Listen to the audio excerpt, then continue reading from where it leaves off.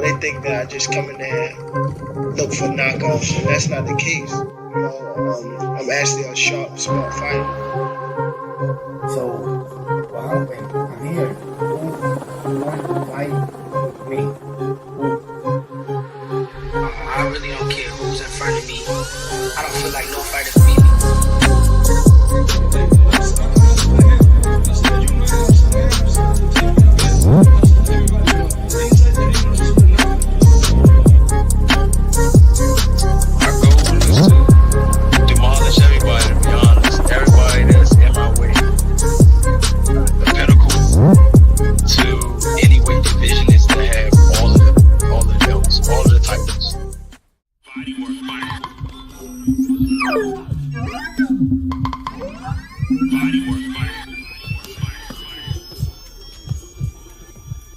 Welcome to Body Work. Welcome back. It's Michael Rogers. Welcome to Body Work Boxing. It feels so good to be back. Just want to talk a little boxing on a Saturday afternoon. And this has already been news. You know, I just like to sit back and look and analyze everything, man, because I do not try to be first out here in these streets. And I also give myself time to be a fan. But here recently, the latest signing with Matchroom is Tito Mercado. And I called it Maze Runner. Tito signs with Eddie. Eddie signs Tito Mercado to Matchroom. How will Tito navigate the Matchroom Maze? Hashtag Eddie Hearn. Hashtag Tito Mercado. Hashtag 140 Division. And I've been calling the 140 Division the road for the longest time. I feel like it's my division. You know, I've been keeping track of it. You know, I think that it's starting to become, right now, I think it's probably the most competitive division out there. Where on any given match, man, the right people line up in that any given match, it can go down, right? So not only have I been watching the 140 division, but when you watch the 140 division, you also got to look at the major players in that division. So what I've been looking at here is, you know, I've been analyzing Eddie Hearn and the moves that he's made with the people that he's been able to acquire. You know, he got Tito Mercado, he got Jaleel Hackett, he got Jerron Boots Ennis, he had Subriel Matias, he got Richardson Hitchens, he has Ammo Williams, Ray Ford. He has Bam Rodriguez, Diego Pacheco. So I'm the one that's actually keeping tab on these things. I'm actually keeping score. You know, so I do salute Eddie for what he's doing with Bam. Bam, one of my favorite fighters. Definitely think he's pound for pound. Diego Pacheco, very, very bright future. Ray Ford, he did a wonderful thing with Ray Ford, is getting him up to the belt. The decision to come back 3 months later and defend it, that was questionable. Nevertheless, I'm keeping tabs. You know, I'm keeping tabs of what's going on with Eddie. And I was concerned when Subriel Matias went over to Matchroom. And I was saying, hold on now. You know, this is another situation. Oh, I forgot to say he had got Regis Prograis too. Got to give him credit for Regis Prograis. But what I was trying to say is when Subriel Matias signed, I said, okay, cool. I'm happy for him. I guess he had whatever he thought was on the table that was good, I guess, on his options or whatever his business team and strategy. I try not to get into that. Whatever they decided, they were looking over there as a better opportunity. When I look at the 140-pound division, it could be an argument. Some of the fighters that were affiliated with PBC are still in 40, top rank. They have some 40s. So it's some 40s sprinkled around, but on any given night, and these guys are signing with these people and going across the street and signing with those people. So the streets are changing. So there's 140s everywhere. But my thing to Subriel Matias at the time, my message of concern at the time was, how come we don't know who you're fighting? And it brought me back to the question. It's like, how come when Subriel Matias, fighting with that IBF, it was so hard for him to get somebody to actually fight him? And when we heard about the deal, he was not guaranteed a Devin Haney. He wasn't. Like, he wasn't guaranteed a shot at the champion. And so I was saying, listen, I don't want this man to go over there just to defend.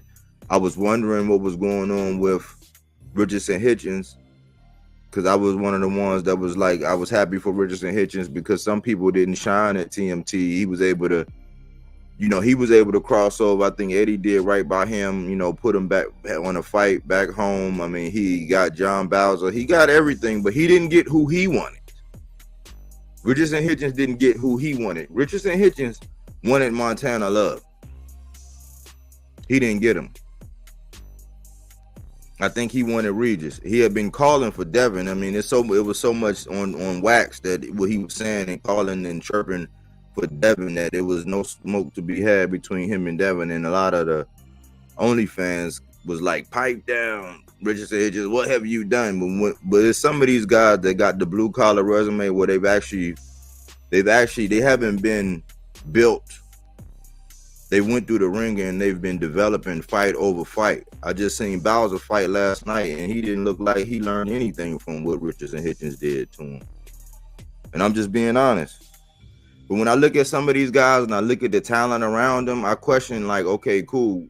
Was it cool? Because the way I see Tito and him is his father did a great job with him. His father was getting him in there with some names. And salute to TBV, because this is where I first heard about Tito Mercado. It's been a minute. But he was the first one to bring him up. That's why I first seen him getting interviewed at. So I would say that TBV was the first one to put the guy on the map. And that's when I actually said, okay, cool. I listened to how he was talking. I went out and saw the skill set. Then I started following along whenever I would hear that name or see what was going on. And we're going to get into his resume. But I'm still going to question, because we got to keep score. Not just be in love and infatuated with picks and, just all this just free energy. This free-spirited energy where we just give it willingly. We got to analyze it. We got to put it on the scale. We got to measure it with a ruler. So I want to get into this. It's an article that came out. So let me get into this article. Let me see.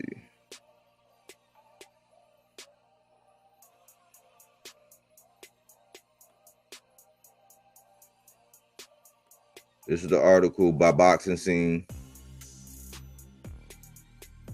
Let me do this real quick. An article by Boxing Scene.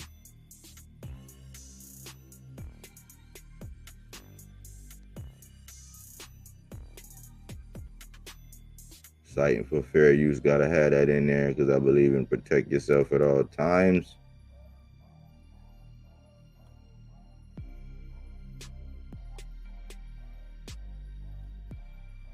All right, so here we go.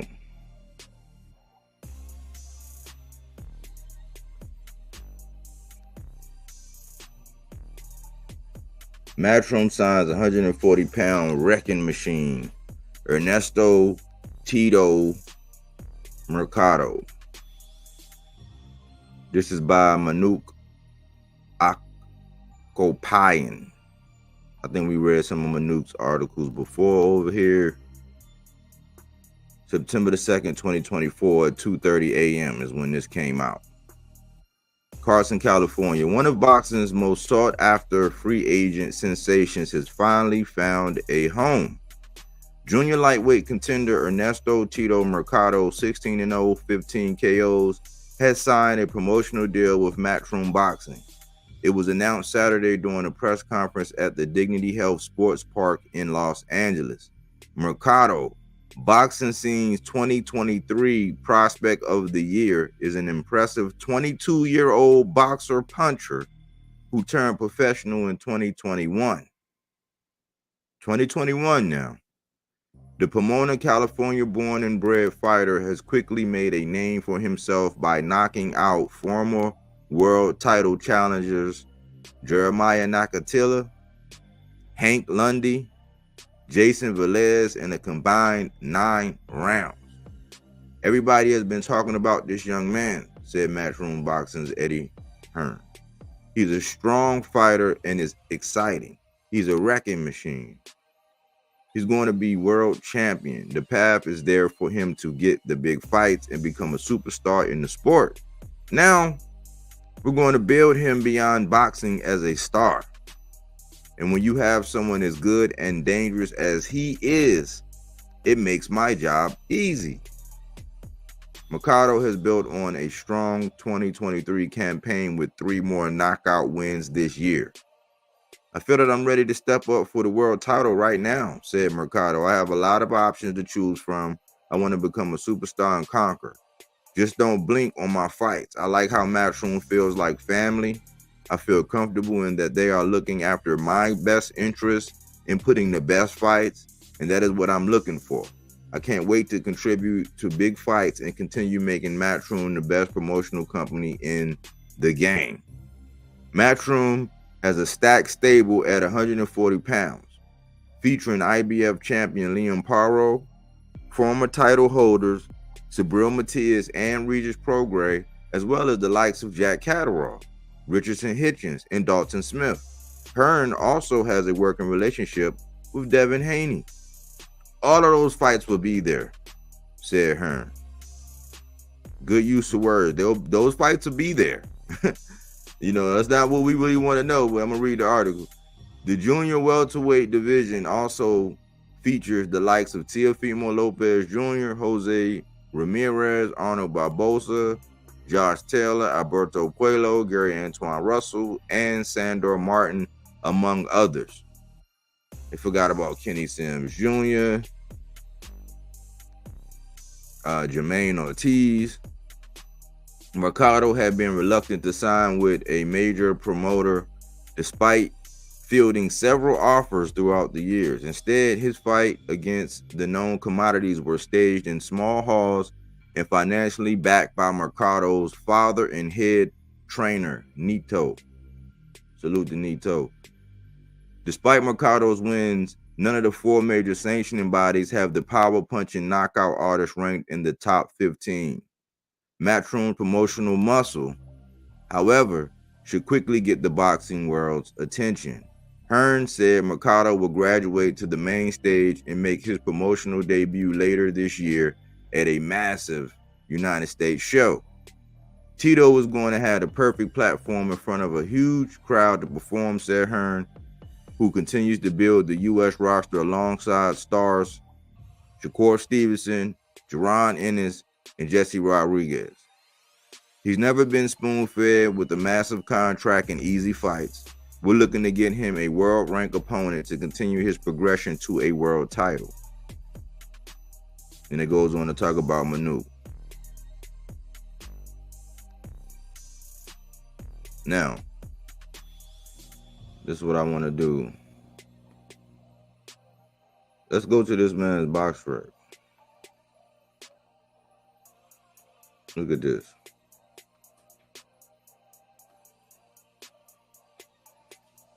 Because we got to actually see. Now, when this guy's out here like this, look, 16-0, 15 knockouts. They got him, he's 5'10", 22 years old, 93% knockout rate. Debuted in July of 2021. A little over 3 years. Couple months over 3 years now. The way he did Hector, man, that was look at the scores, 30-27, like they all, and it was third round. Like the way he did him, man, he broke him down. He started breaking him down so early and had him second guessing so much. He just broke him down and took him out of there. That guy was no shake. You couldn't shake a stick at that guy. That guy was 21-2. You know, he broke that man down like early, like Barrio 22-4. Broke him down in 3 rounds. Christian Bioma, he was 19-6, knocked him out in 2 rounds. Jeremiah Nakatia, 23-3. Jeremiah Nakatia knocked him out in 2 rounds.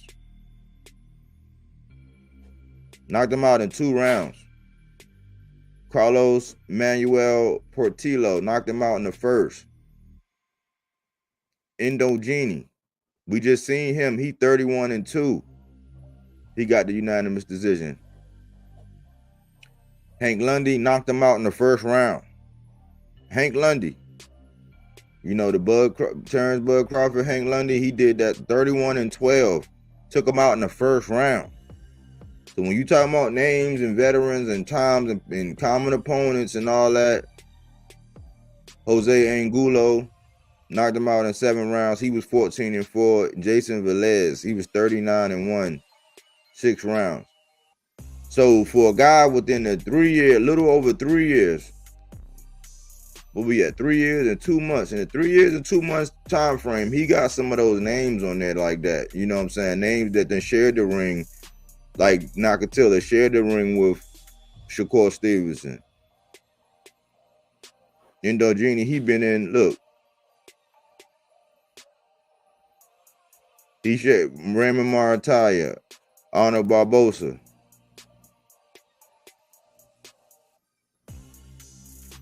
Devin Haney. You know what I'm saying? So when you looking at, because a lot of times people say, oh man, all they do is fight cans. Well, if everybody's fighting cans, this guy within 3 years has been exceptionally fast at getting rid of these cans. He's been destroying these cans. Since everybody's fighting cans.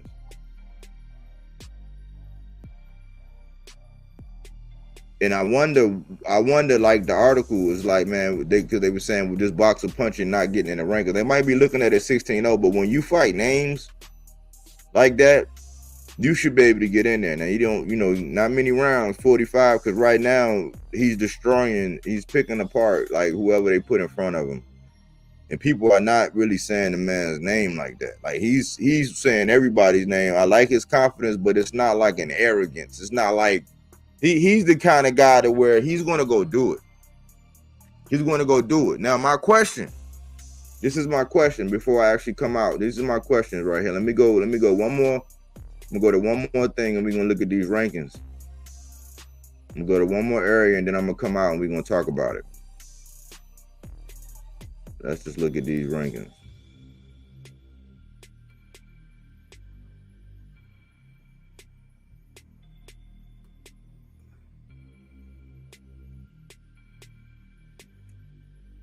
All right.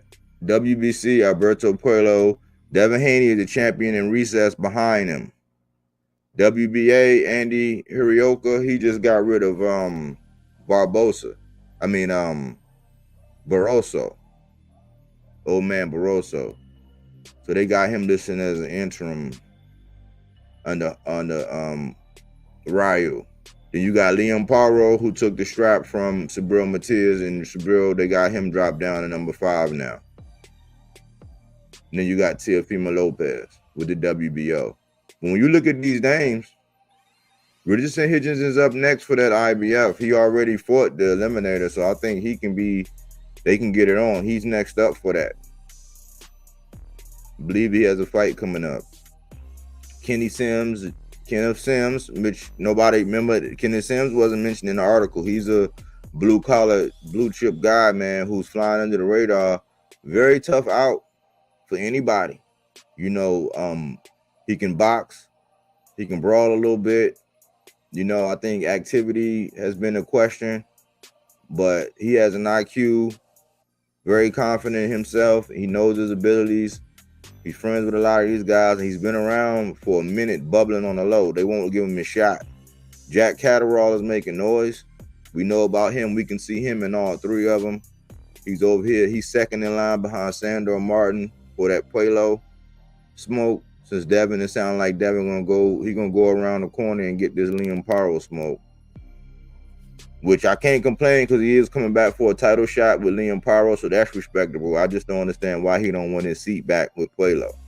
I'm not sure. I would want if I went to the bathroom and I came back and somebody was sitting in my seat, man. I mean, I'm gonna have to tap you on the shoulder. Hey, man, you're in my spot, homie.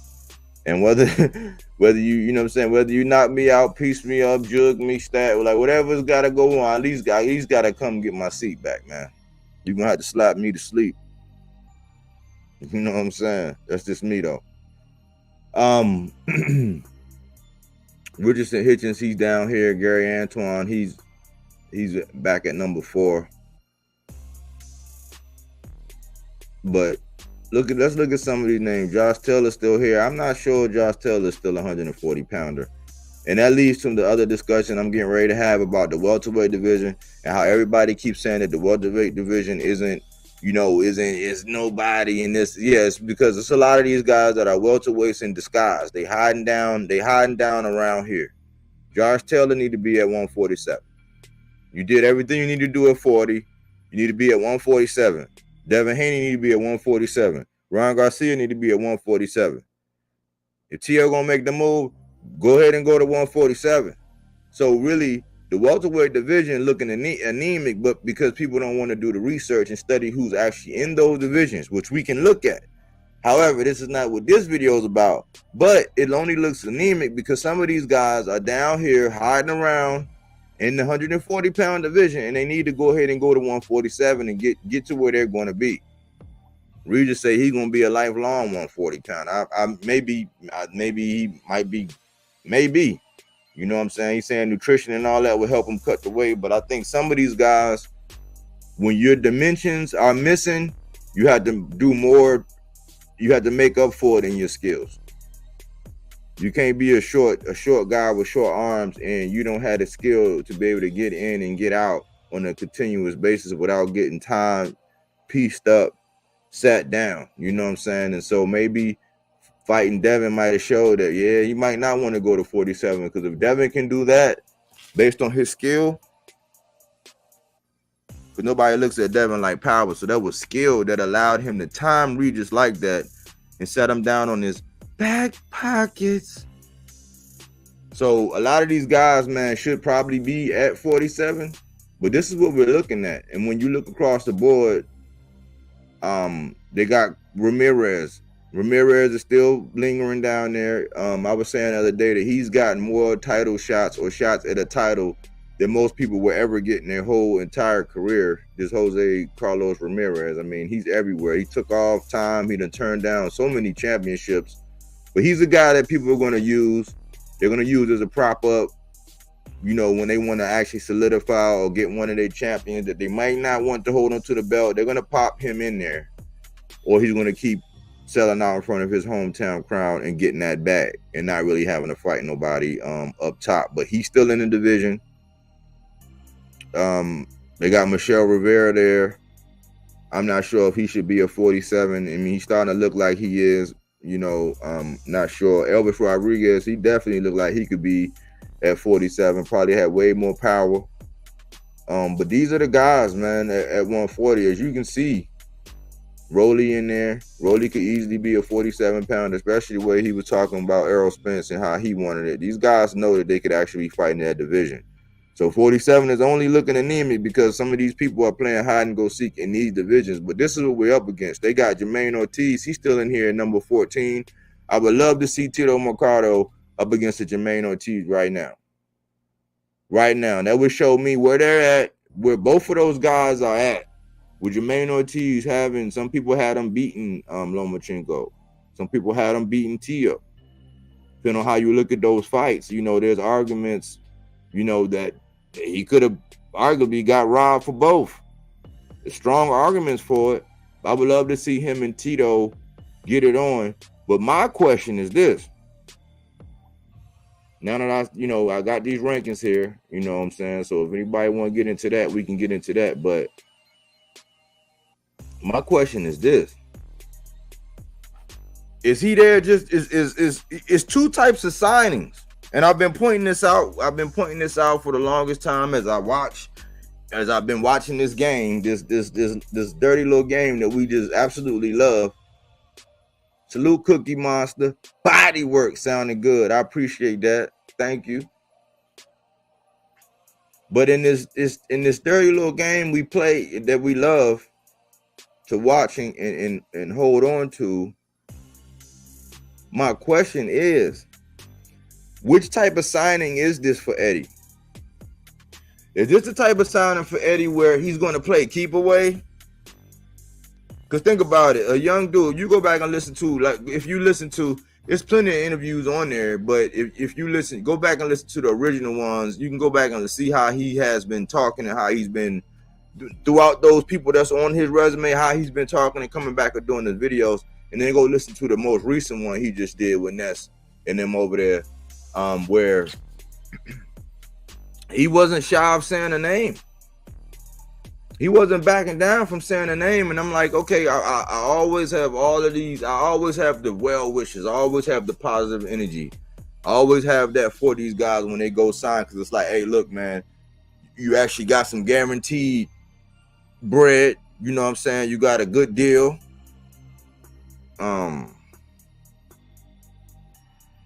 You actually got a good deal. You getting some bread. Somebody believes in you. You know, they're going to support you. You're not out in no man's land. And all I can think about is, with his father getting him up to that point in time, you know, without their help, like just using his researches, his contacts, and just, you know, doing those things without him, with him doing that, him getting that far and getting some of the names on his resume, why would he sign with a major? And I think it's because he might be the counter fighter. He might be the counter fighter, like Sabril Matias, who right now nobody really going to give them their full credit for what they're doing, like what they're doing to their opponents, and they're discounting the names on the list. But it's not going to be until somebody see a chink in the armor, or they take a loss, or suffer some kind of adversity, and they're going to try to discount all of that. What he's being able to do right now, as a guy that's not with anybody, I don't think that he was going to be one of them guys that people were going to be signing up as those names, as he got into those rank names and the people that actually hold those belts. I don't really think those guys are going to be really looking to fight this young man. I don't. So he was pretty much at the mercy of pretty much having to get down to lay down. And he chose to lay down with Eddie and them. Now, when we talk about Eddie and them,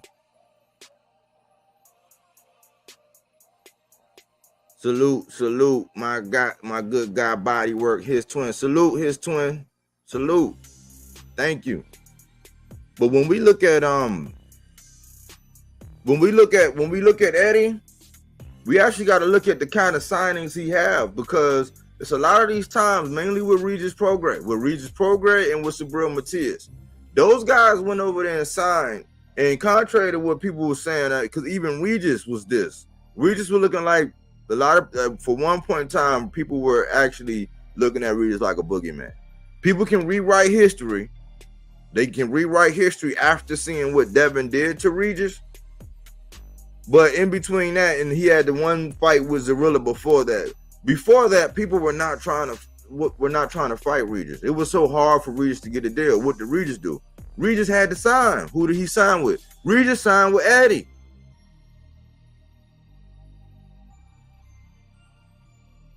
He got him. I mean, he did the Zarilla fight. He didn't look so well in the Zarilla fight. and he got Devin. You know, so Devin saw something. He used an opportunity. He used his belt. He moved up. And Devin handled his business against Regis. But prior to that, there were not a lot of people looking at it. It was fighters saying, yeah, I'll fight him. Like, because fighters, they're going to say they're going to fight each other. Yeah, I'll fight him. Yeah, I'll kick his butt. Yeah, I'll do this. I'll do that. But nobody was really trying to put John Hancock or reach out and really make something happen with Regis prior to that. They weren't trying to do that with Subriel Matias either. And we got some revisionist historians that's going to come out and tell you or try to make it seem like they were, but those are some hindsight 2020 looking at.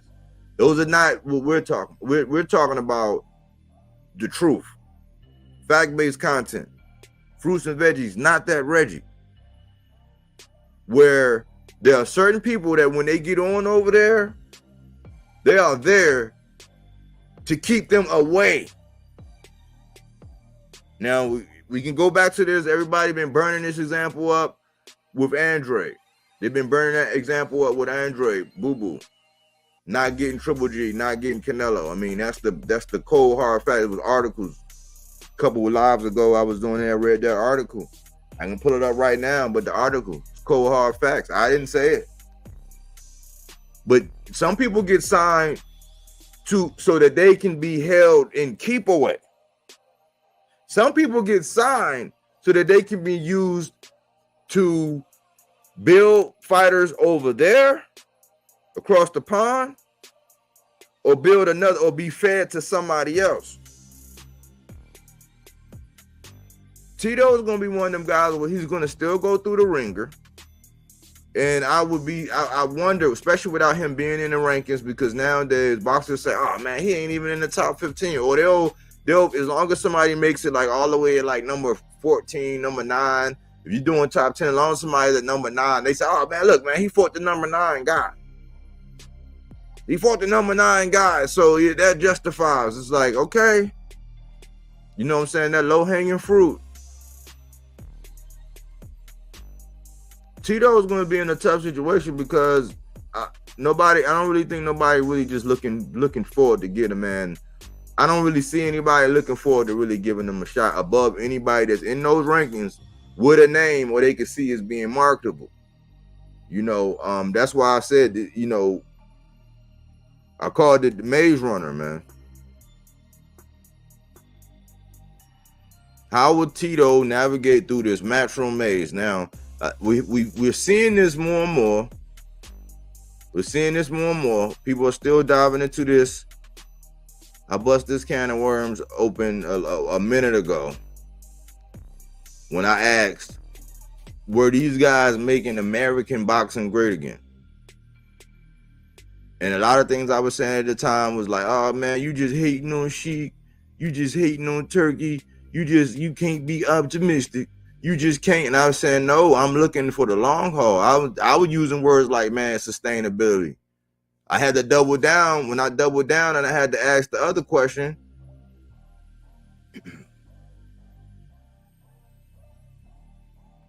when I asked, did Pro Box Lightweight save it? Because they showing sustainability. It's always going to be the people with the Icarus effect who done singed their wings. Yo, Elvis Gomez fought last night. Remember, he was up on the big stage. He fought last night down. You know what I'm saying? He fought down on one of them. He fought on what was that?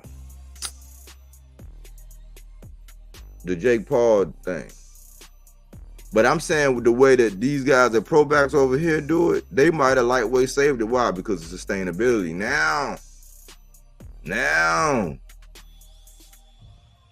Now we getting a lot of people coming around.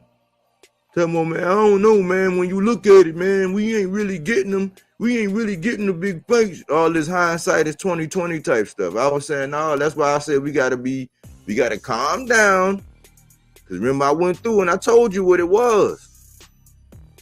I don't know if I need illustration, but I've been told you what it was, man. I told you what it was. They was gonna breach it down. It's curriculum. If you go back and you look at those videos, There's a little study in the beginning, like I do on most of the videos, and I told you guys what it was, and I was always asking, are these guys doing that? Are they making American boxing great again? Are they?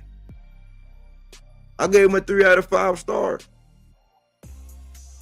I said 3 out of 5. Why? Because they are getting American boxers paid. But if you're keeping score, are we seeing those guys against our guys? Or are we seeing those guys against other guys from across the pond with names big enough to even move the needle in popularity? That's to be questioned. Because who was Nick Ball? And now people are going to know Nick Ball because of Ray Ford. Now, Ray Ford going to have to go back. I seen him back in camp. He's going to have to go back and do something because right now he jacked up Nick Ball's popularity. When they say who Nick Ball, oh man, he the one, he relieved Ray Ford from his strap. When they say who was Hamza Sherrod, oh man, Hamza Sherrod, remember he stopped Ammo Williams? Remember he stopped Ammo Williams on that Riyadh card? Oh, okay.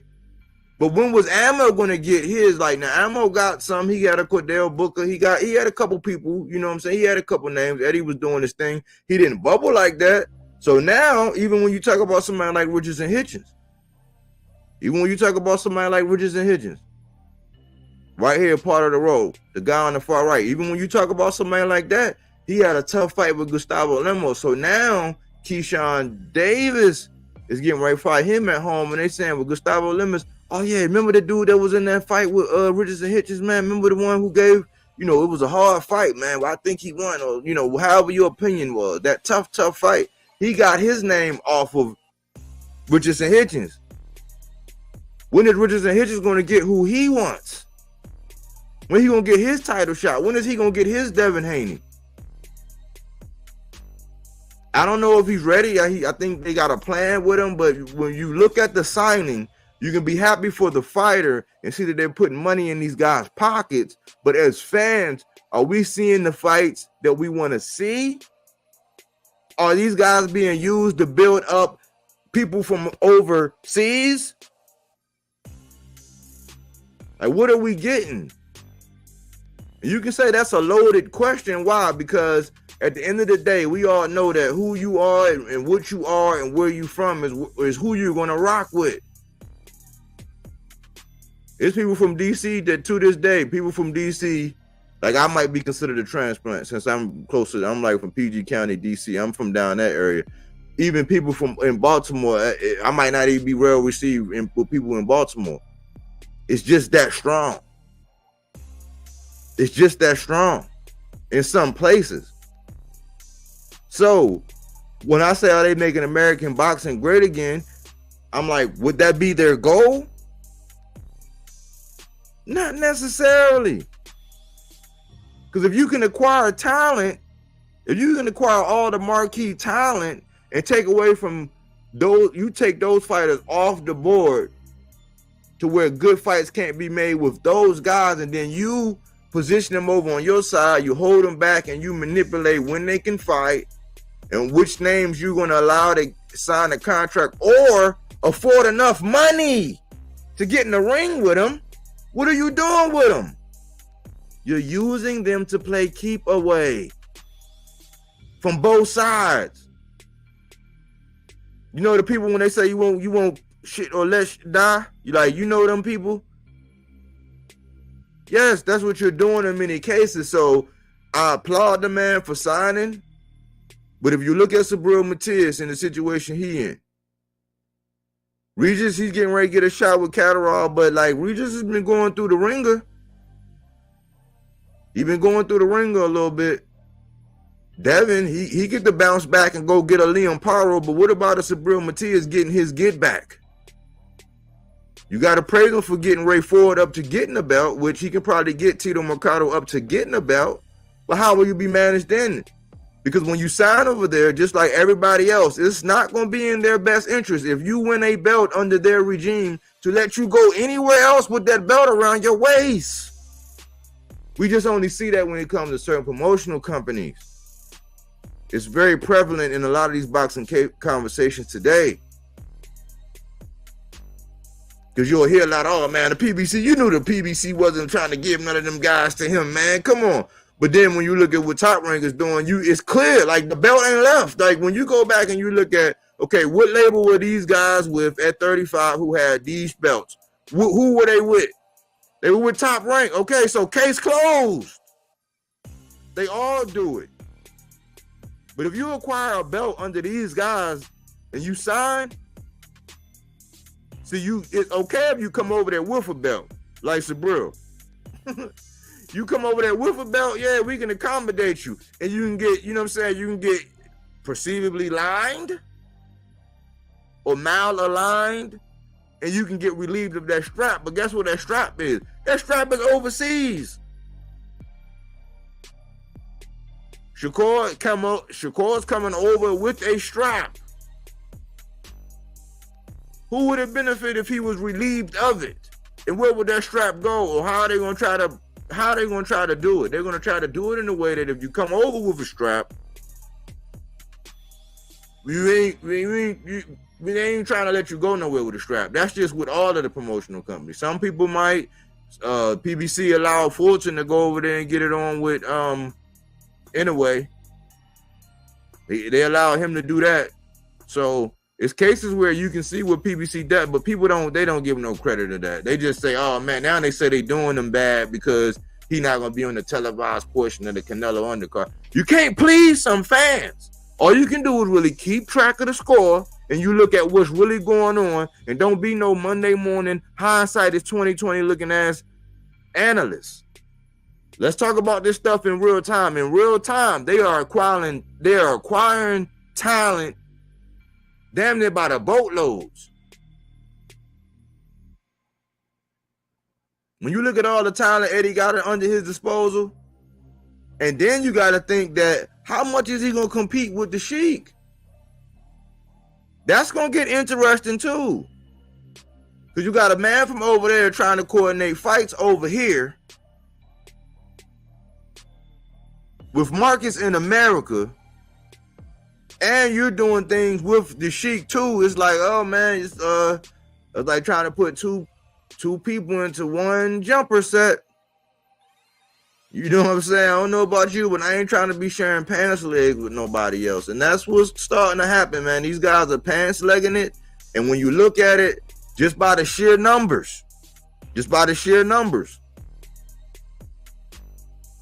you know how it is when you living somewhere, and then if somebody else move in by sheer numbers, they let another guy move in. So now, you know, when you would think that since he, you know, you would think since this what he is, you would think that when it came down to making tough, hard fights or really good scraps, he would sprinkle something on it.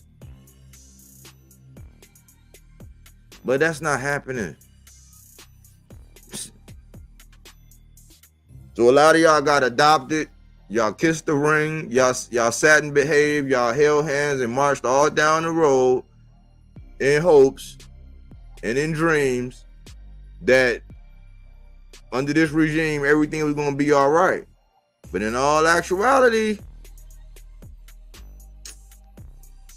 you got to ask yourself a tough question if you over here. And I'm not sure.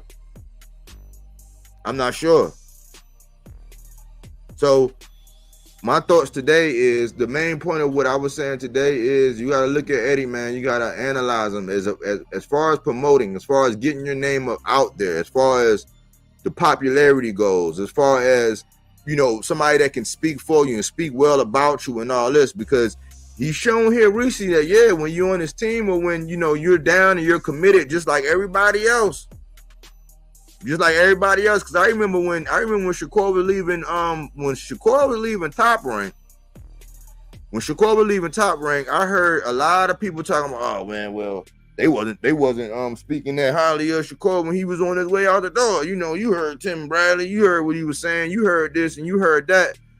Now, some of the things that they were actually saying was actually true, but then that's deemed as hate. And people had for the lack of a better term, they had their panties in a bunch. complaining about that. Oh man, Top Rank ain't had to do it like that. Why were they talking about him like that? And this and that, right? Then you hear Eddie come in and he's speaking all glowing, and yes, he's Shakur. He might be unbeatable, might. That's what he said, and he had the world saying and quoting, and that was content. Man, people said, man, Eddie Hearn said Shakur might be unbeatable, right? But they also say that he had a relationship with Devin Haney. How has he been talking about Devin Haney here lately?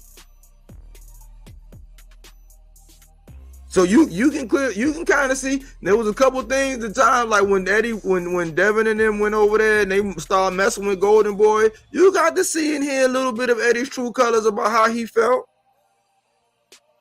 So don't act like all these promoters. Al, he ain't nowhere to be. He don't say nothing. He ain't there to be spoken for. He got all these people that be speaking for him, and people just love to blame people, so they blame Al. Just blame Al. You know what I'm saying? They just blame Al, but it's a lot of people that be speaking for him. But we see when things on the up and up, Eddie can make you look like you the best thing since sliced bread. Because think about some of the things he said about Buck. See, people have amnesia. You got to think about some of the things Eddie has said about Bud when he said, man, when he left Top Rank, he said, man, I wouldn't touch that fight with a 10-foot pole. These things are on wax.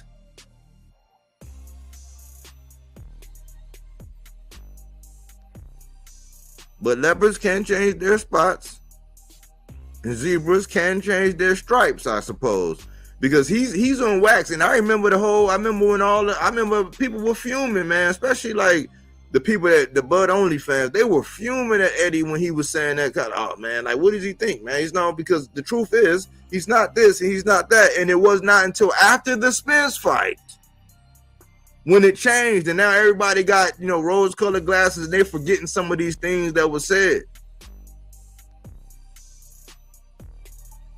So now Eddie's saying, what he's saying, and he's promoting. But again, just like all of them, they can make you look great when they want to. Just like channels, YouTube channels, they can make you look wonderful. They can paint you in the best light, but let you get on their bad side. It's a wrap. All slander will be allowed. I sit around and listen. I'm like, well, dang, I guess I'm just here to I don't know, I guess see what's new, because this ain't nothing new about none of this right here that's going on. So ain't much really to say about this and that today. I'm keeping tabs. I'm keeping tracks. I'm keeping score. Somebody has to. But we got to don't let this be just another video to where I'm saying it now in real time. Let's watch this guy. Let's make sure he take care of this guy, because him and his father did a good job getting up to this point. And we hope Eddie didn't get this man just to play keep away. Look, go back and look at the video I was doing about Sabril Matias when he signed. I was doing a video. I did one about Jaleel Hackett when Jaleel Hackett signed. Jaleel Hackett just happened to get a Pete Dobb, and he happened to be at 47. Different division, but don't let this be another video that I do where you don't want to hear me out now. You don't want to take heed to this now. But when if Tito is to get caught up in this maze and Eddie start playing them games, because listen, people were barbecue frying Brian Norman Sr. one day, bandwagoning Boots and all them the next day,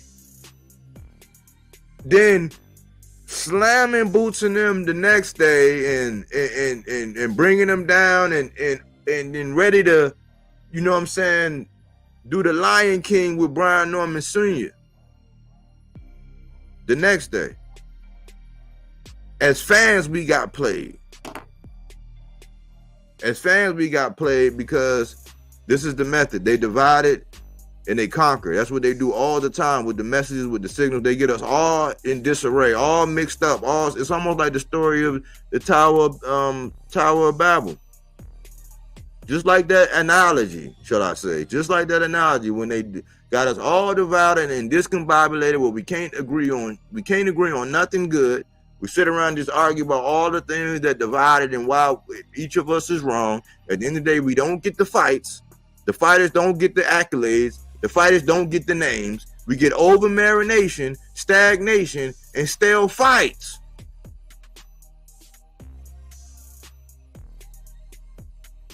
Because they use this on us. And the whole time, we don't keep score.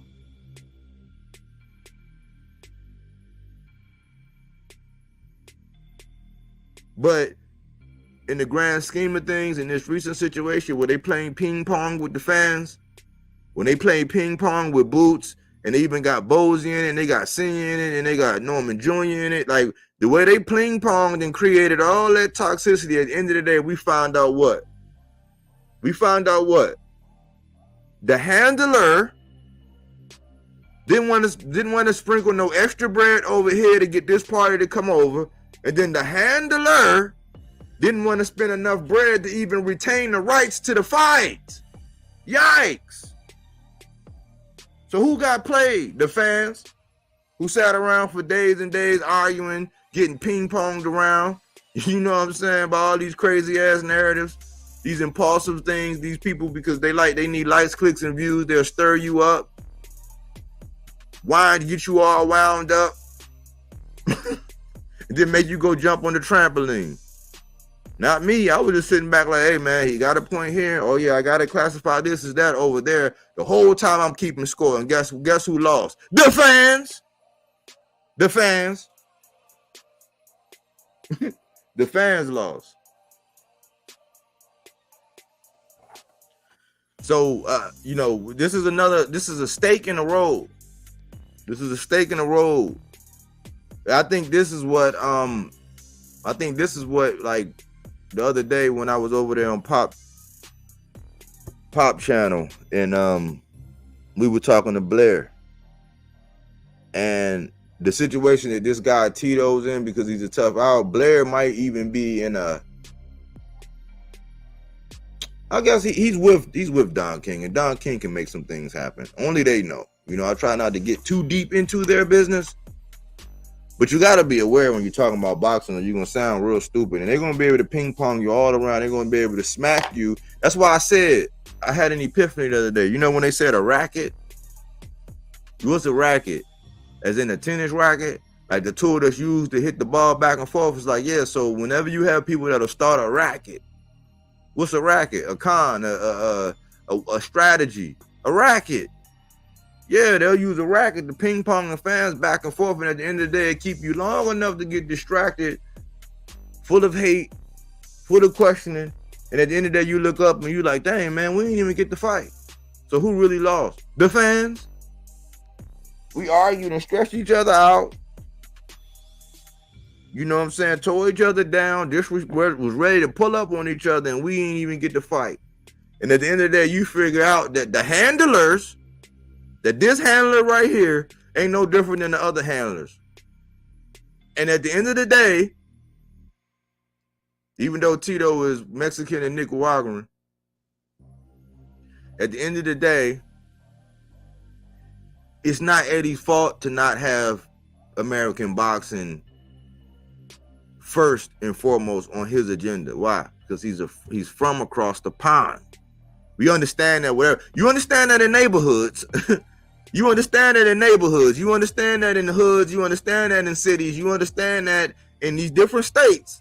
But I don't know why it's so hard for us to understand that when it comes to things like this. So this is another guy that's signing with Matchroom, which is a place across the pond. And it is their right. It is their right to have their first interest in mind. They would actually be foolish if they did not have their best interest in mind first and foremost. That's why I be trying to tell us we be dumb as hell for not having ours. But I be getting called a hater. I be getting called, man, there you go, you reaching too much. No, I might be making too much goddamn sense. But we gotta stop arguing. We gotta start supporting. We gotta start keeping our eye on the prize, because there's a lot of talent getting usurped up out of here and leaving and going somewhere else, and we got to sit back and see whether or not it's being used right, whether or not something else could have been said or done for it to happen. Because when they get done the way they get done, like Subriel Matias, people don't even want to talk about it no more. Why? Because it's not going to bring them likes, clicks, and views to the channel. Even though, just like Errol Spence, the man went out and got 3 straps.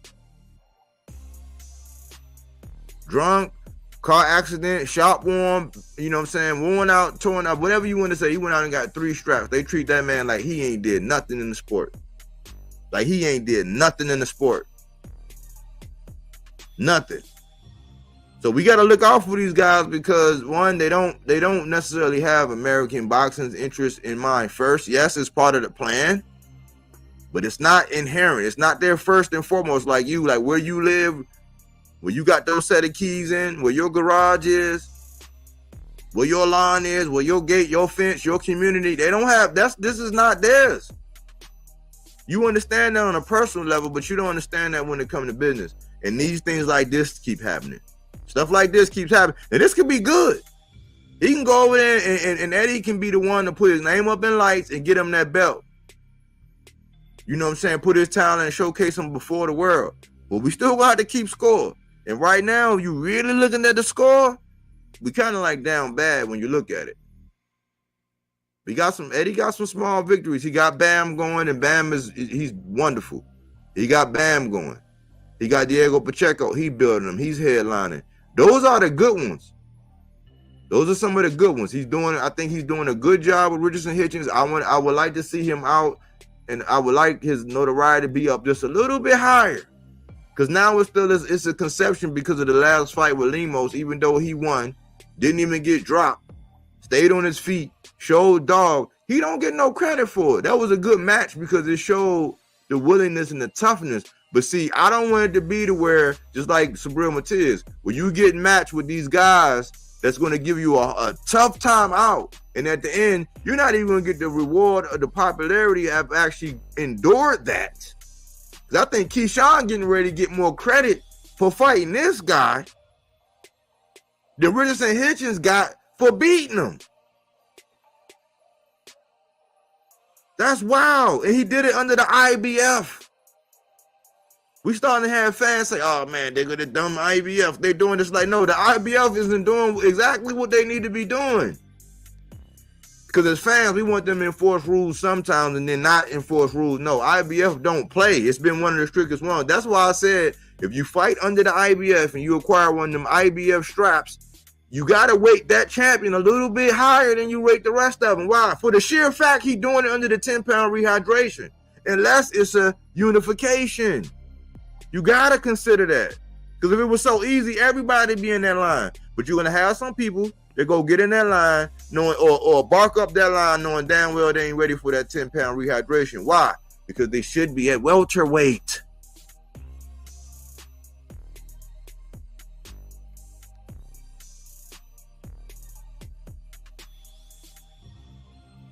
I know you're wondering about being accepted in Baltimore, where you are here in Yubacoa, Puerto Rico. Keep up the good show. Salute, Eric Morales. Salute. Yeah. I appreciate that. Yeah, we are. I mean, it's weird though. It's weird. It's just weird, man. It's like unless you up in a place, it's just weird. You would think that okay, well, DC is DC and Baltimore, but it's still weird. It's still weird like that. You could be living there. You could have your head, like, if you don't got the accent, you ain't been, it's just weird, man. But that's where I'm at, man. And, you know, I love people up here. I love people down there. You know what I'm saying? I love people in PG County. It's, you know what I'm saying? I just like real people, but that's true. It's just weird. If you haven't been up here and you don't know how people up here think, you just wouldn't understand. But if you've been around it and been born with it, you just get used to it. It's just nothing. It's like even living up here or saying I live up here, going back down here, and then if you have to mention that or whatever, it's just like it'll still be a little tinge of something because people are territorial. People are territorial. So on this scale, it's being talent picked up from over here, brought over there, and who do they wind up fighting? Who do they wind up fighting? That's the question.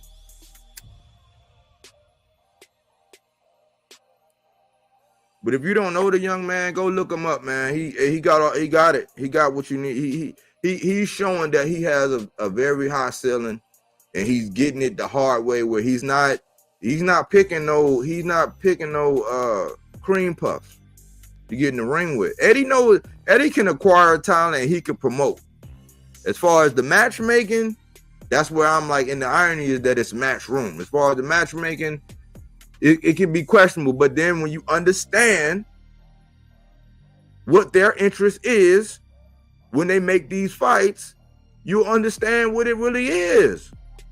And you won't get flim flam. You won't be sitting around like a Monday morning quarterback after you done got ping ponged around and slapped back and forth, Eastern and West, and then Western and East, and then Eastern and West. Like after you done got smacked around, flipped and rubbed down all over the place, and then you sat down and the real information came out, and now you're like, oh, hold on. It wasn't either one of them guys. It was the handler. But you can choose. I mean, you can choose your handler to. I mean, once you choose to be handled, you can't blame the handler. If that makes sense.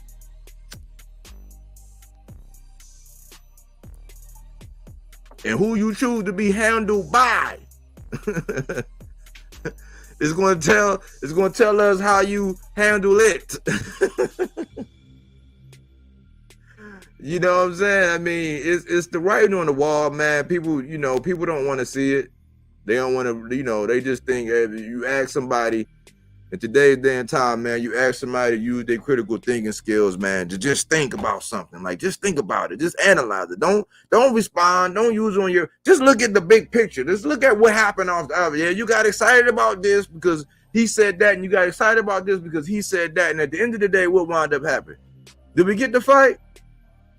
No. Okay. You just gave an example for when you're trying to win an argument for somebody to use against you. Because people will use your own argument against you when it benefits them. It's weird. Some of us is just there to keep track of the data, the time, put stakes in the ground, and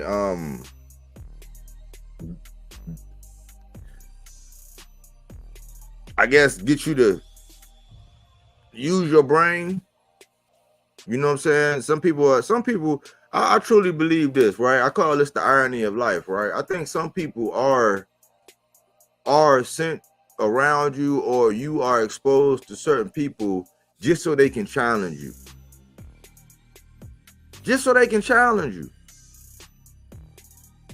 You know what I'm saying? It happens every day. Like we go through things, we meet people, we have experiences just so they can challenge you. How you gonna react? Are you gonna be able to think fast?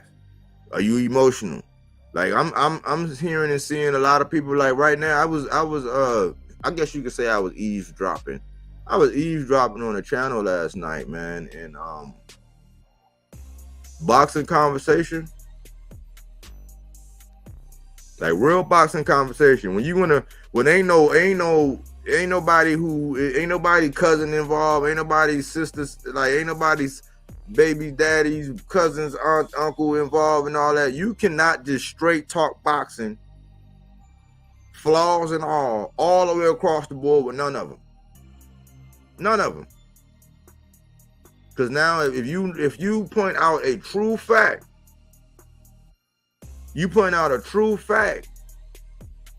depending on who you are, will be how it's going to be received. See, because Roy Jones came out and said the same thing that fans said, and Shakur was like, okay, that's cool. Andre Berto said the same thing that Roy Jones said, and they said that's cool. Andre Ward felt like he had to keep checking Berto and trying to do all of this. But at the end of the day, you find out in a couple interviews that they all were basically saying, you don't want to go see Tank Davis right now. And that means that some of the criticisms that was given were actually right and exact. But we wait till after the fact, after all of after all the disrespect of fans and the disrespectful conversations and the low blows and all of the crazy stuff that was said, to come all the way around to understand that, yeah, like, you might not be ready. And yes, every fan, no matter how well you do, there's going to be a criticism. Whether you lose sleep at night, you could box a perfect 12 rounds or pitch a whole shutout, and somebody gonna come on and be like, man, well, why he wear that outfit though? Like, it's just gonna happen. That's just what it is. Like, they're just gonna do that. And depending on if they can get a couple laughs, they can do a couple memes off of it. That's how much it's gonna grow. But when we're using our critical thinking skills, if we don't allow that kind of stuff to distract us or get us away from what we need to be focused on, I think we can be more effective in our conversation. People would know that as a whole, it's not too much we don't really agree on. You just think that this person should be allowed to do whatever the hell they want, and I don't. But we agree that, look, however y'all beefing, if y'all got to do some fake wrestling with somebody slap somebody across the chest or somebody give somebody a fake people's elbow, whatever you got to do, if you got to get all rowdy and do that, and at the end of the day, because that happened, now we get to fight, sign me up. But if you got to say something about this person mother, and you got to say, oh, you ain't have no father, and then you got two fan bases going at it, and at the end of the day, you go fight somebody who we can barely even pronounce their name and nobody know, miss me with that bullshit. And that's really what's going on in boxing, man. We love to argue. I put it up here. I had an open panel the other day. I said, man, are we not tired of the divide and conquer? Now this right here is a little bit, it's there, it's underlying of that, but this is stuff like this happen because they've been able to do this for so long. It's no way this man should have had to go across the pond and sign over there, man. And that's not even going to guarantee that he's going to get the fights.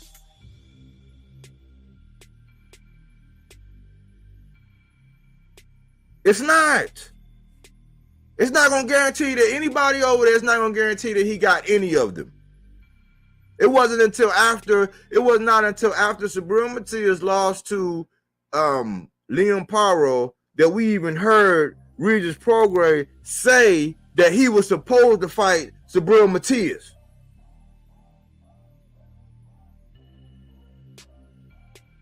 I was coming out and said, hold on, it's 5 names, and we listed the 5 names that was on there. We knew Richardson Hitchens was on there. It was supposed to be Regis. I think Paro might have been on it. But we didn't find out from Regis until Subriel Matias already lost his strap to Liam Paro that he was supposed to fight Subriel Matias next.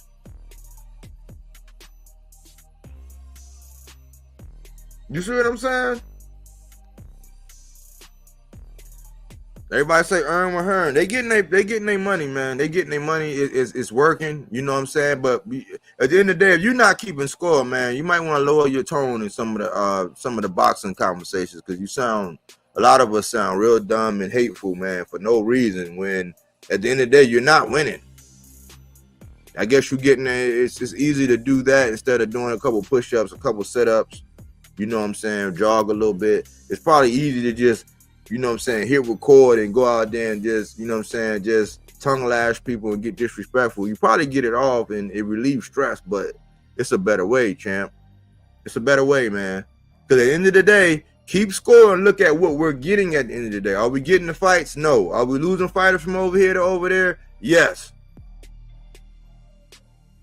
Are we being sustained with fights? Yes, we're being sustained. Boxing is in a good place depending on how you look at it. But if you're keeping score about a certain promotional company, certain activities, you got to be well-rounded and consider that people be changing their dialogue. Eddie changed his whole stance on Bud after the Spence fight. As Bob, he's been changing his words, you know what I'm saying, about how he feel about pay-per-view and doing business and this and that. Like, a lot of things change. But we get amnesia based on who we're rooting for and what we're trying to achieve, and sometimes they route us up for nothing, and it's like at the end of the day, we're still losing.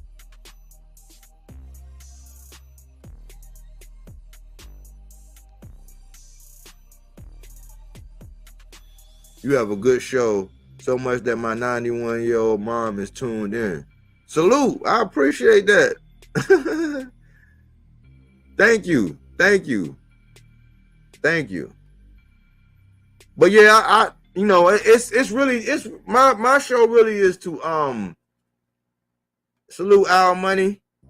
What's up, fam? Salute Al Money. Salute, man. Thank you. But yeah, my show really, man, what my show really is, man, it's really to challenge how we look and how we think about stuff. You know what I'm saying? It's like a lot of people say that, but a lot of people get caught up in, oh, I found this out and I want to get them and I want to smear this and I want to look that. I want to get a couple laughs off of this. And at the end of the day, it's like, are we getting the fights? Did I have to disrespect my brother for that? No. Like at the end of the day, like, I'm telling y'all what it is. I told y'all what this was. It's an illusion. Because I didn't even get into none of the messiness, but this is what it is, man. This is what it is. And when you look at it, it's gonna be so funny when you paint this picture. It's like the proof is in the pudding, right? The proof is in the pudding. When you sign up to go across the pond, the proof is in the pudding. And listen to me when I tell you this. The most meaningful fight we've gotten, right, was heavyweight undisputed, right? Where are those guys from?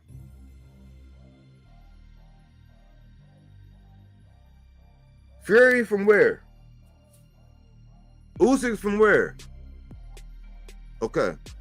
So when we look at the Beterbiev and Bivol fight, even though that's the most, like right now, that's the most meaningful fight, that if that gets across the finish line, that's the most meaningful fight that we can have. That's a fight that we've been waiting for forever. Forever and ever. It's the most meaningful. So you get credit for it. Where are they from? Beterbiev, he's from where? Bivol is from where? Okay. This fight right here that everybody's talking about, can Dark Horse Dubois upset AJ? Perhaps in the heavyweight division, as far as everybody looking at the landscape, because Bukoli just came in and did some things with Jared Anderson. You know, we got the Fury Usyk rematch coming on. We got a lot of things. And we're going to get this. But where are they from?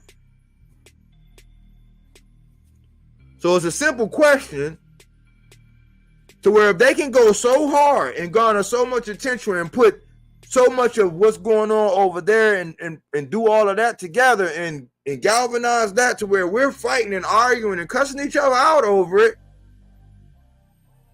What's going on over here? How do we look at our champs over here? The one that's actually selling out, not manipulating prices, doing it in multiple cities. Oh, yeah. Perception versus reality, man. I mean, a lot of people look at a lot of things. I try to strip it all down, look at big pictures, you know what I'm saying? Try not to get too high, too low. Try to look at things straight down the middle, man, with it. Try to keep things even killed. Yes, I get passionate. I get passionate about everything I do. Everything I do. It's in my nature.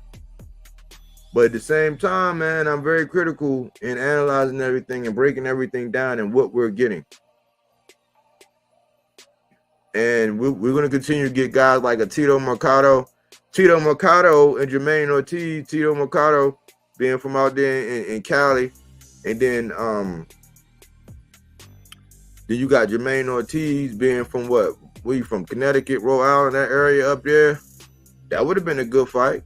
Brian Norman, Atlanta, Boots, Philly. That would have been a good fight. Tank Davis, Baltimore.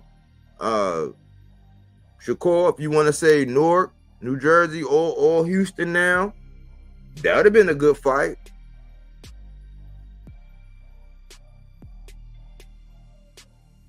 But what are we getting?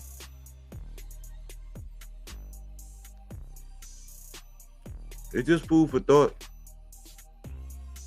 It's food for thought.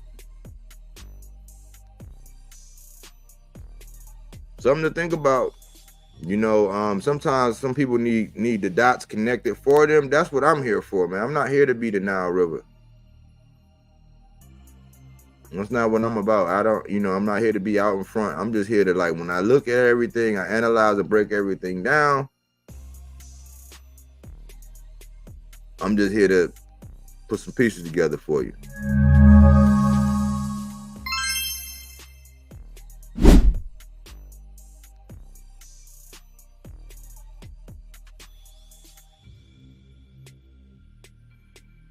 But yeah, if you catch this on the playback, let me know in my comment section what you think about it. Again, I'm just here to challenge you and help you think, help you look at things in a different way, like in a rational way. You know, I think that young man can fight. He's going to do big and he's going to do great things. You know what I'm saying? I just hope that he's not being. I hope he didn't get signed up to play keep away. Because we got to start looking at when these signings happen, and these boxers got to start looking at when these signings happen. That when they sign up, they got to know exactly who they're fighting. They got to know. And I think they know. I think that they have a propensity to kind of play us. They'll keep something tight to the vest until it's safe to let it out. And then you know, I've been seeing it. That's why I say, man, I haven't been getting played that much. You know what I'm saying? I haven't been getting played that much. I've been looking and being amused and reading everything. Pro-grade weight clause excuse with Matias. That is. What you think about Canelo Berlanga? I mean, I want to believe that Berlanga going to at least let his hands go, because I thought that was the only way I could see Jermell actually beating Canelo, was if he let his hands go. You know, I think Canelo is one of them guys where if you sit back and you try to box and you allow him to apply pressure when he wants to apply pressure, you allow him to rest, when you allow him to stop and go when he wants to, you're already in a downhill battle. Why? Because people are going to react to everything he hits you with. It's pretty much his show, so you're going to be battling against the crowd. In one of them fights to where you're going to be battling against the commentary, because they're not going to be acknowledging nothing you do. So I think if Berlanga going there trying to he got to let his hands go. He can't go in there thinking he's going to be able to outbox Canelo. He has to let his hands go, and he has to use his feet. I think he has to use his feet. I think when Canelo come in to load up, he got to get off the line. And when Canelo walk him down, he need to get set, pop. You know what I'm saying? And he got to let his hands go. He got to let it run his combinations. He got to let his jab go. Gotta be good with that jab. If he using his jab upstairs, downstairs, he might be able to fend Canelo off. But I just think that a guy like Canelo, a guy like Bud, like they're at a point in time to where they're picking these guys to where it's like they know that they know, like when they pick you to fight, when they actually say, all right, cool, I'm gonna fight you, they already know that it ain't really no way you're gonna be able to beat them. You know what I'm saying? You're not really gonna be able to do it. I think that they made it to that, to where they're choosing these guys to where when they pick you, you ain't gonna really be able to do nothing to beat them. The odds show it. You know what I'm saying? The odds. So I think Berlanga has more than a puncher's chance, but he cannot do what Jermell Charlo did, which surprised me. And he has to let his hands go. That's his best shot. That's my opinion on that.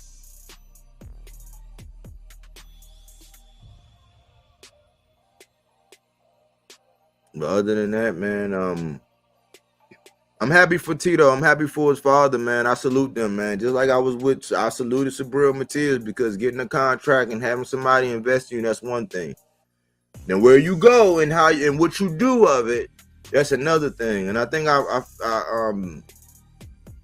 seen some things about Sabril. Somebody was chatting about Sabril, and it kind of made sense. So I got a video about Sabril coming up once I put it all together. I'm gonna try to qualify a couple things, because when the guys don't put nothing out, I'm not one of these people that just make up stuff, make up narratives, and just get shit popping. And I don't do that. I don't do that. But I'm probably about to start rolling out some Sabril stuff, and as things come out and things get etched in stone as to who's fighting who, I'll start doing my breakdowns and getting back to doing my normal videos and not just my lives. But again, you catch this on the playback. Let me know what you think in the comments. You know my slogan. Talk to me, I talk back. This is them fruits and veggies, not that Reggie. Fact-based, not opinion-based content. You know what I'm saying? I try to justify what I have in facts. You know what I'm saying? I try not to just go by those opinions. I have them, but I try not to go by that. You feel me? Just giving y'all something to think about.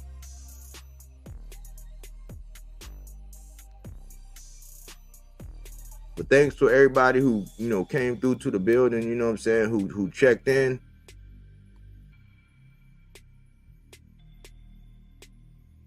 You say he took a dive? Hey, man, I can't argue. I can't argue, Eric, man. I can't argue, man. I can't. It looked weird, man. It was really weird, man. It's really weird, and you might be on it, man. It was very hard, but I would question, like, well, how much? I'm like, well, dang, well, is it a price of how much? And if it's a price of, if it was a matter of how much, it's like, would you even want to box anymore? I mean, that just opened up a whole can of worms. That's an interesting, that's interesting, Eric, to say the least. That's interesting. But yeah, I wasn't gonna hold everybody long, man. I'm not too sure how many people actually know Tito or been following him or even actually saw him fighting. Because if he don't let them silk sheets get to him, man, he gonna be all right. And I hope Eddie take care of him. That was the justification. And to remind people to keep score. Stop going for the juggler all the time and get super emotional, but keep score. Keep score and judge accordingly. That's it. But thanks for choosing Bodywork Boxing. But we don't take things for face value. We do that body work. He didn't want to box. He wanted to actually prove that he could punch with you. He was like, what the fuck is this nigga, right? Oh, okay, you want to go to sleep. You tired. Welcome to Bodywork.